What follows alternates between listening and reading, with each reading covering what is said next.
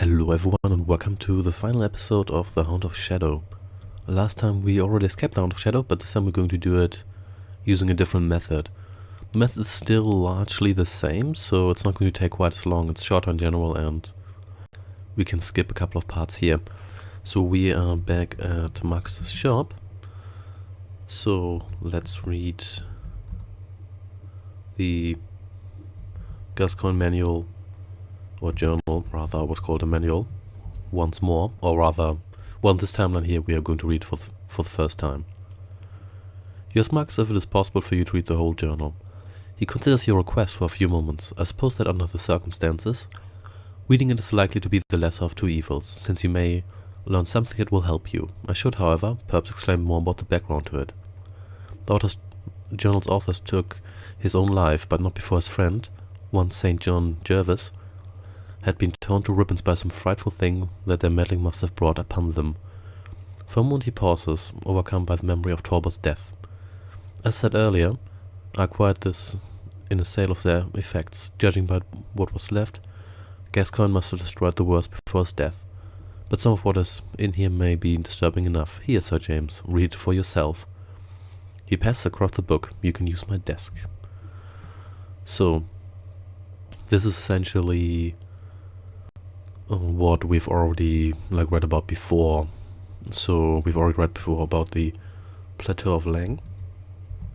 So let's ask about that once more. Marx frowns. I believe that von Jut speaks of it in nameless cults, but I know no more of it than that. Okay. So let's go to the museum. There we go.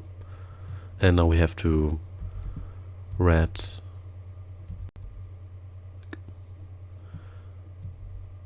Okay, there we are. So we have to read Nameless Cults again.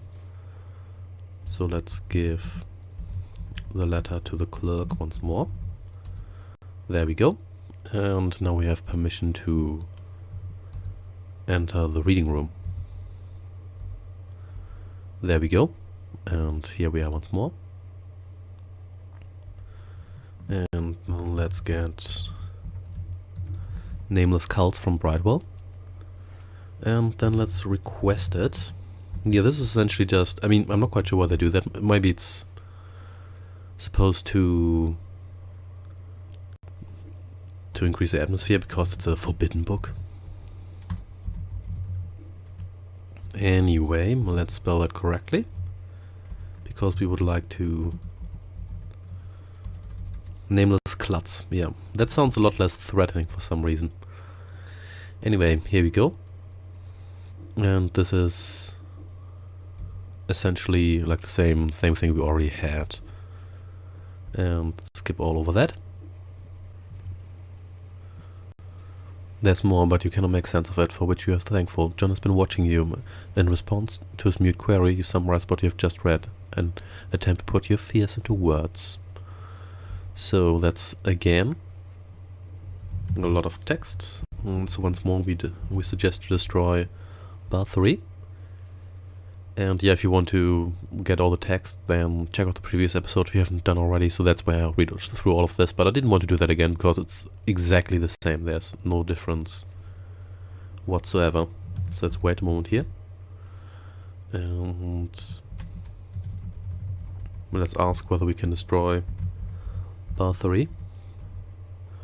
Which we, to be honest, probably should still do, because after we fend off the Hound, I still don't know why the Hound didn't kill John and only injured him. We should still destroy her, because to end this once and for all.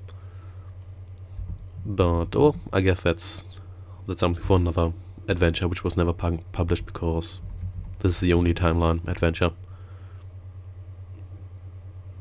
Okay.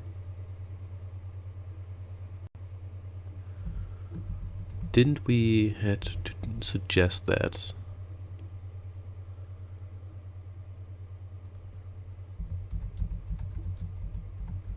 Or am I jumping ahead here? I guess I just misspelled that. So once more, we have to check out the Gascon manual, because we don't know how to make an homunculus. So, return to Marcus' shop. You ask to see the journal again. Yeah, this is again one of those situations kind of weird. For example, if you go to the museum, you always have to walk through the museum to get anywhere. But here, not only do they teleport you to the shop, but they also skip over talking to Marcus. Instead, everything is just done automatically. Returning to Marcus' shop, you ask to see the journal again. After searching through it for a while, you find the passage.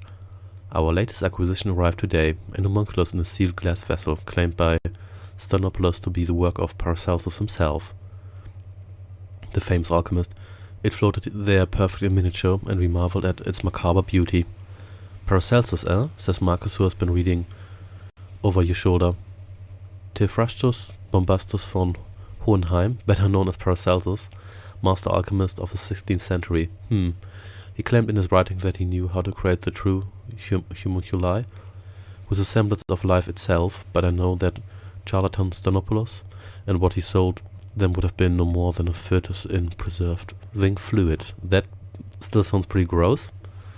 Okay, so let's ask about Stanopoulos.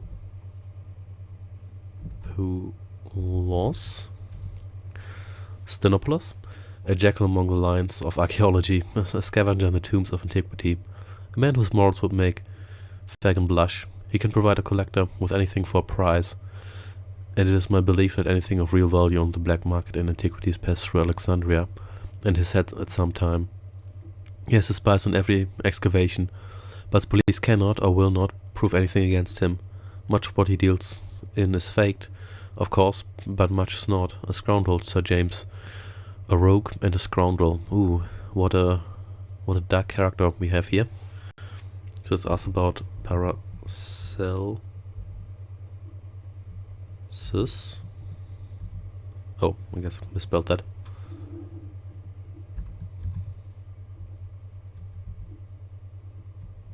There we go, that's better. Max shakes his head. I don't have many alchemical texts at present, and certainly none by Paracelsus. From memory, there was a collected edition of his works published in Basel around 1590, and subsequent editions of the same work. The most likely place to find a copy is in the reading room. Well, take a look at that. Man, if the British Museum didn't exist, we'd be long dead by now. So let's go in here and let's get Paracelsus. After searching the general catalog for some while, you find the work that you are looking for through a cross-reference. It's actually listed under the name of its editor, Johannes Husers. You submit a request for it in the usual way, and it is delivered to your desk within the hour. What you failed to notice in the catalog, however, was that it is a 10-volume work. You have a daunting task ahead of you. Oh wow, that is something, isn't it? So let's read Paracelsus. Well, I guess that's what we're going to do for the next couple of hours. To your dismay, not only are there 10 volumes, but they are printed in an almost incomprehensible Gothic font. I can tell you that, so Gothic font can be tough to read. And what you can make out seems to be in a mixture of Latin and German. Not being fluent in either language, you're going to need help to translate the books. I thought I put some points into Latin, but maybe not enough points. Oh well. So let's leave for now. Can't go to that direction, why not? We ended it by going north, so why can't we? Okay. This is because we're still sitting. Oh, okay, I guess that's what we had to do. There we go. And let's see whether we can find John. As you are crossing the entrance hall of the museum, you are met by John. Hello, James. I thought I'd come up and see how you were getting on. He listens as you explain that you have found copies of Paracelsus' work, but cannot read them because of the mixture of German and Latin in which they are written. I see. Latin never was your strong point, was it? Well, I should be able to take care of that part of it, but I'm afraid that I'm not fluent in German, and certainly not 16th century German. Royal Max deals in antiquarian books, though. Let's see if we can help. Back at the shop, Max confirms that he can translate archaic German, and is more than willing to help. Closing the shop, he returns to the museum with you and you recover the books. Although some order has been brought to the work by its editor, Paracelsus, eccentric prose takes considerable effort to understand, and the work of identifying the right passage and translating them takes John and Max the remainder of that day and all the next. Good thing we've got our friends, so we can just sit there and slack while they do all the work. Eventually, Max is able to summarize. The required ingredients for a homunculus seem to amount to clay, sulfur, mercury salt, and blood, hair, and nail clippings from the alchemist. So it seems that like European alchemy and Haitian voodoo are exactly the same. Well, whatever. These represent the four elements together with the... Yeah, I remember the elemental plane of nail clippings. Together with the spark or seed of life. The actual process of manufacture is complicated, involving combination, calcination, sublimation, reduction, distillation, and coagulation. Requires extensive and specialized apparatus and takes several months. Unless you do the voodoo method, then you just throw everything in one pot and you're done. We can only hope that for our purpose, a cruder version will still work. That you can make your homunculus in the same way as the voodoo doll. Well, there we go, full circle. By combining the ingredients with water and molding them into a figurine. So that sounds pretty good. So now we need to get all those ingredients. So we could go to... I think we might even be able to go to Blissbury, but we might not have the time for that. Anyway, John makes a suggestion. We can't afford to overlook anything that might help. It could make a difference where you encounter the Hound. We know from Fleming's pamphlet that it, or something like it, appeared at Blissburg Church. And many churches are located on sites that were places of power in pagan times.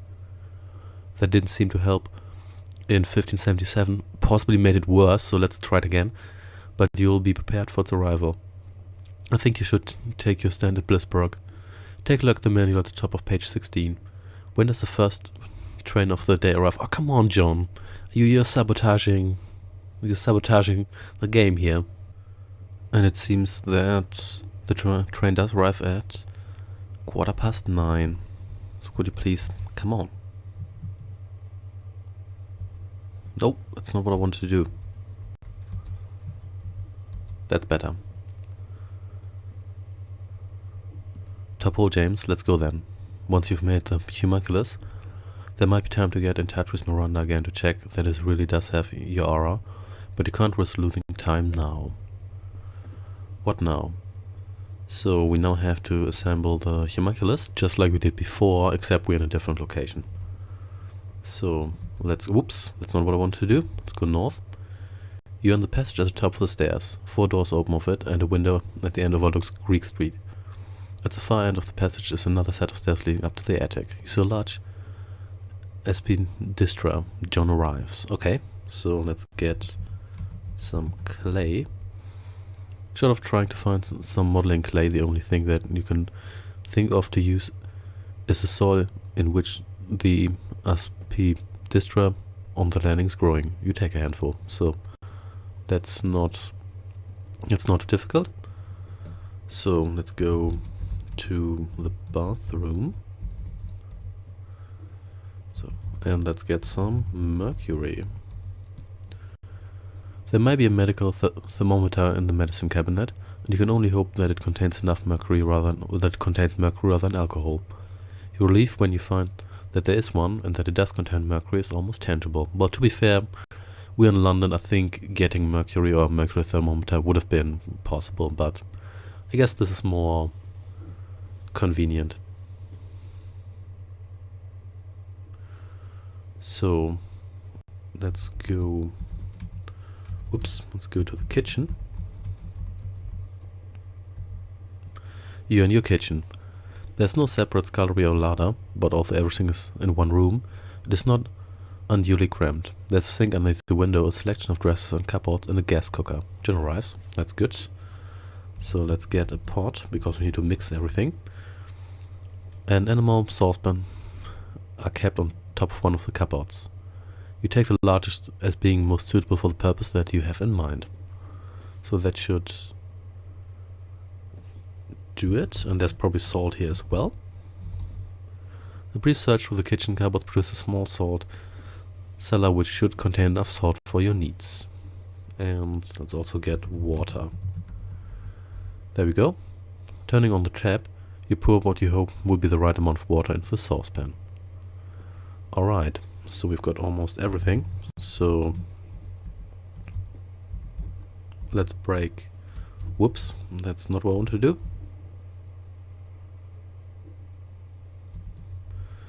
Let's break the thermometer. With a sharp crack, the thermometer breaks and you pour its contents into the mixture. Then let's get some hair. We have that on our person. Taking a pair of nail scissors, you cut off a few strands here and there so that the loss will not be so obvious. And let's get the nails. You trim your nails with your nail scissors. And let's get the blood. Of course, the cut in your arm will provide a ready supply of blood when needed. So, that sounds pretty good. So let's see whether we can just make the homunculus. There we go. The irony of Magda Bathory inadvertently helping to frustrate her own plans is not lost on you, as you break open the scab on your arm and squeeze some blood from the cut. For a moment you look at the unappetizing mess made by the assembled ingredients and are seized with panic. How can this muddy heap of rubbish save you? Then you think again. If this doesn't, nothing will. A few minutes needing mix it thoroughly and from the results into a crude... And you form the results into a crude figurine which can be left to dry. There, it is finished. So, well, that sounds pretty good. So now that we do have the homunculus, let's contact Miranda. Remembering John's original idea of finding a medium to examine his aura, you suggest to Max that he contact Miranda again to ensure that the homunculus, when made, actually does have your aura. A good idea, and one that I should have thought of myself. I will get in contact with her. He leaves and returns shortly afterwards. It is not long before the doorbell sounds and Miranda is escorted upstairs by Miss Bastable. You notice that the sun has set outside. Miranda examines the homunculus without touching it. You have made that with your own hands, and is now flesh of your flesh and blood of your blood. As your aura is tainted, so it is, but it's also weaker. When the hound comes, it will attack the stronger of you, and so you will need to feign death. Long ago, I learned how to put my own body into a trance, and dim the flame of my spirit, so that I could hear things unheard by others. Now I will teach you some of that. Patiently, she explains to you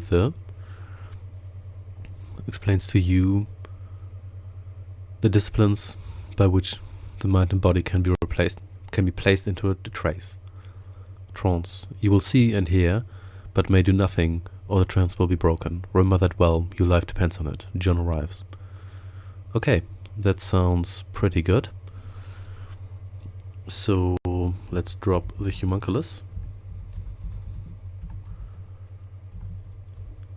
Okay, so we've done that.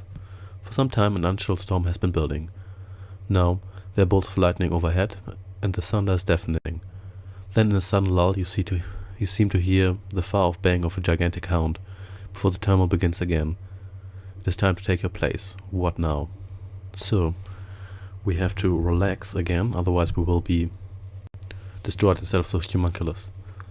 Sitting cross-legged, you go through the disciplines that you have been taught. Muscles first, tense and then relaxed.